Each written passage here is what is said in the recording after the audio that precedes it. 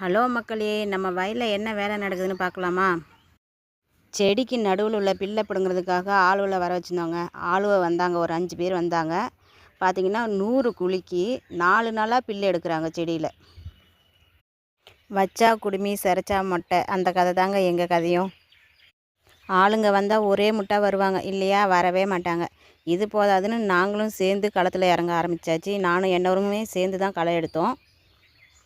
ஒரு வழியாக பில்லு எடுக்கிற வேலையெல்லாம் நேத்தியோட முடிஞ்சு போயிடுச்சுங்க. காலையிலே பசங்களை ஸ்கூல் அனுப்பிட்டு நானும் எங்கள் வீட்டுக்காரங்களும் வயலுக்கு கிளம்பிட்டோங்க.